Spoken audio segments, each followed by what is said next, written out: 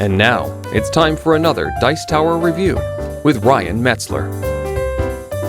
Hey everyone, it's Ryan Metzler here again, and today we're going to be taking a look at a game by Croptozoic Entertainment. We're going to take a look at Locke and Key, the game. And this is a semi-cooperative game, not really cooperative in that you're actually trying to get your own victory points, but you are going to have to work together with other players in order to play cards to defeat challenges, and you're going to want to get these cards in order to earn victory points.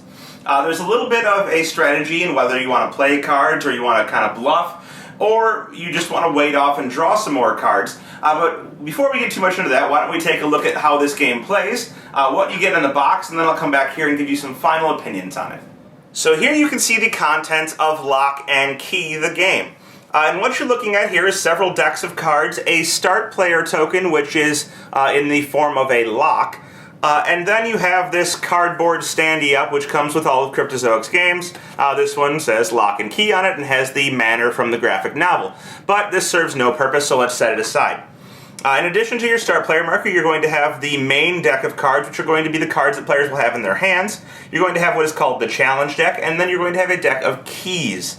Now, at the beginning of the game, each player is going to get dealt 4 of these cards from the deck, and these are going to be cards that they're going to use. They're called strength cards. You can see here this is a blue strength card of value 4, but there may be other ones. Here we have a value 2. But you'll see some of these cards are going to have text on them. So this is a value 1 black, and it says if this black challenge is failed, you get to draw 2 strength cards. So this is going to be a way that if you intentionally, or maybe not intentionally, but happen to fail a challenge with all of your other players, you're going to get to draw some extra cards even though you failed. Or here we have a white 2, and this has a 2-2-2 combo on it, which means that if you play 3 2s from your hand when you play this card to the table, you're going to get an extra benefit, which in this case is that you, in addition to whoever else gets the second place reward on the challenge, you're also going to get it for playing a 2-2-2 combo. So there's all types of combos where you can play those in your hand and get special bonuses for playing the right combinations of cards. You'll see the numbers go up to 7. There are different colors, blue, black, and white, and essentially those are going to be the hand of cards that you use to defeat challenges. Now, challenges look like this. They're going to look kind of like a strength card, but they're going to have a number in the upper right in a circle, and this one is a blue 7. So this is a 7 challenge in the blue color, and it's going to be worth 7 victory points to the person who wins the challenge, and there's a second place. Whoever gets second place in the challenge is going to get a bonus. In this case, they're going to score the top card of the strength deck, so they would take one of these cards and put it in their score pile. In order to defeat these challenges, you're going to use your hand of strength cards.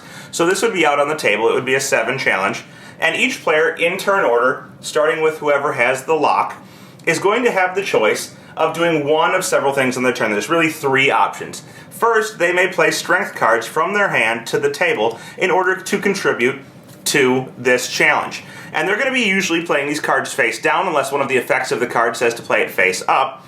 But they would want to contribute cards of the same color as the challenge to the challenge. So maybe this player will put down 6.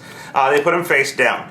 Now, they could contribute cards of the wrong color, which in the 2-2-2 case could be okay, but only the cards that match the color are going to count unless something says otherwise. So if they put this white 2 down, it wouldn't count, but there are situations where it might. Every player would go around and they have the option of playing these cards. The other options you have on your turn is that you can discard 2 cards, and you can get one of these key cards, and that would be all you do on your turn.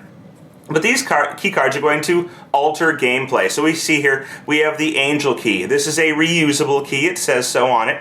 And it says at the end of your turn, during a white challenge, you can basically add the top card of the strength deck to your challenge, and basically it'll count towards your played cards if it's white. It may not be white, but it may count if it is white. There are other keys. Some of them let you add strength to your cards. This would let you add 5 strength to one of your blue cards. Or this one here is whenever you win a challenge, you get to draw 2 cards. So these are going to be in your hand if you discard cards to get them or if you win them through a challenge. The third option on your turn is to simply pass and draw a card from the deck, adding it to your hand.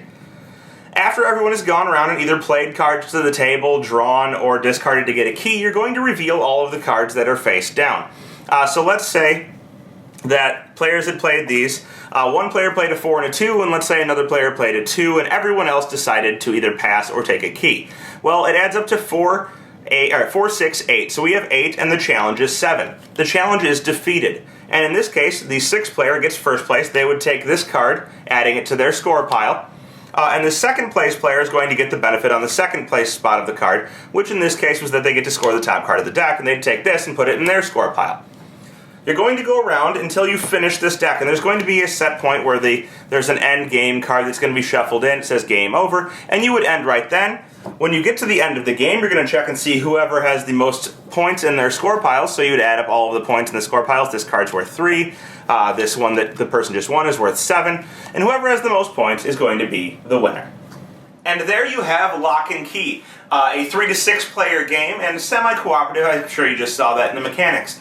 The game is not so great with 3 players. It just doesn't have much of a struggle for winning the challenges. If you have the right cards, you're going to win. Bluffing doesn't seem to matter too much.